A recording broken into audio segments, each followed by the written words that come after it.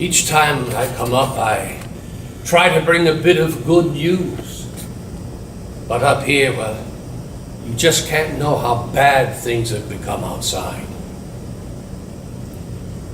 A few days ago, a man in the storeroom, he asked me, "What do you hear from Mr. Frank?" I said, "Well, I heard a rumor that you were in Switzerland." He said he heard that too, but thought I might know something more. And then today, just signing some invoices, I looked up and I saw him staring at the bookcase. He said he thought he remembered a door there. Then he said he wanted more money. 10 more guilders a month. I told him I'd have to think about it. Look, maybe he knows nothing, but out there, no one can be trusted. So should I pay him, or take a chance on firing him, or... Look, I'll pay him half. Then we'll see if it's blackmail. We'll hope for the best.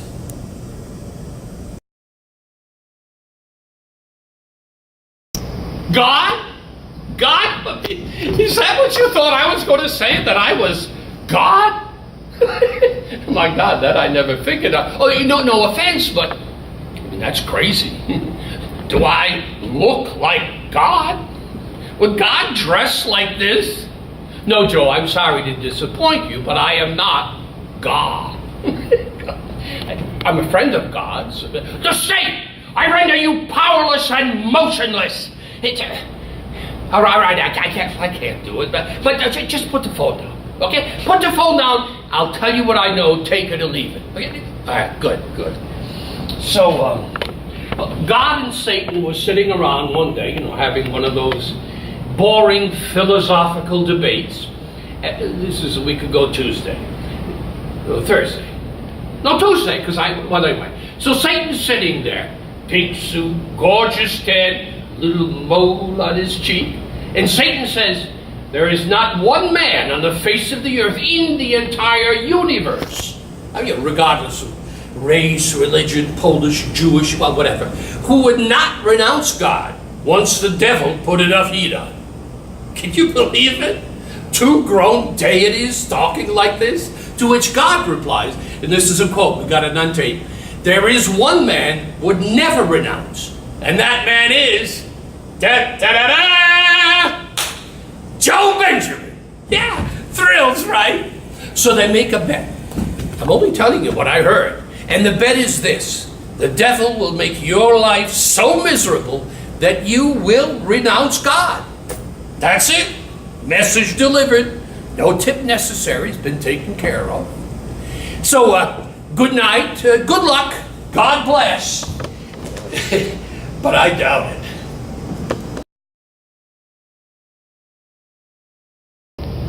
Tut. Grace me no grace, nor uncle me no uncle. I am no traitor's uncle. And that word grace in an ungracious mouth is but profane. Now, why have those banished and forbidden legs dared once to touch the dust of England's ground? But then more why have they dared to march so many miles upon her peaceful bosom, frighting her pale-faced villages with war? Canst thou, because the anointed king is hence? Why, foolish boy, the king is left behind, and in my loyal bosom lies his power. Were I but now the lord of such hot youth as when brave Gaunt, thy father, and myself rescued the Black Prince, that young march of men from forth the ranks of so many thousand French.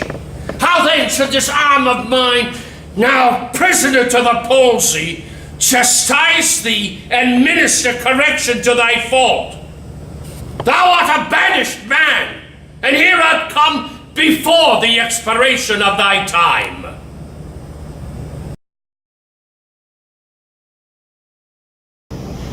Now, the story I want to tell you tonight is the story about the time that, well, Joseph wanted to throw Jesus out of the house. No, it's true, it's true. Well, you can't blame him, actually, can you? I mean, look, Jesus is almost 30. Well, he's still living at home, got no job to speak of, and he's running around every other night with the apostles. They follow him down the road like little ducklings, just hoping that he'll walk on a lake or a river. They'll all dive in. It's Miller time! So, on this particular day, Joseph yells up, "Come on down, son, breakfast is on. Loaves and fishes, mmm." And Jesus yells back, "Do what is slop?" "Slop, is it? Here I am working all my life to put slop on the table, and your mother's fixed it just the way you like. No bones." "Well, you're going to eat it, you little squid." So at this time, Joseph is getting very angry. So he rolls up his sleeves and decides to go upstairs to give Jesus a piece of his mind. But Jesus knows that Joseph is coming. Well, he's God. He knows everything. So Joseph's going halfway up the stairs. All of a sudden, Jesus flings the door open, points at him and says, "I don't have to listen to you. You're not my real father." I know. It cut Joseph to the heart. When Joseph heard these words coming from his only begotten stepson, he fell down on his knees and he started to cry. And he cried. He cried more than any man on earth. He cried for 40 days and 40 nights. He cried so much that there was a flood. And then he went to a shed and he built an ark. And then all the animals came in, 2 by 2 by 2. Well, that's not true, except the weasels. That's right. The weasels went to England and they became the Brits.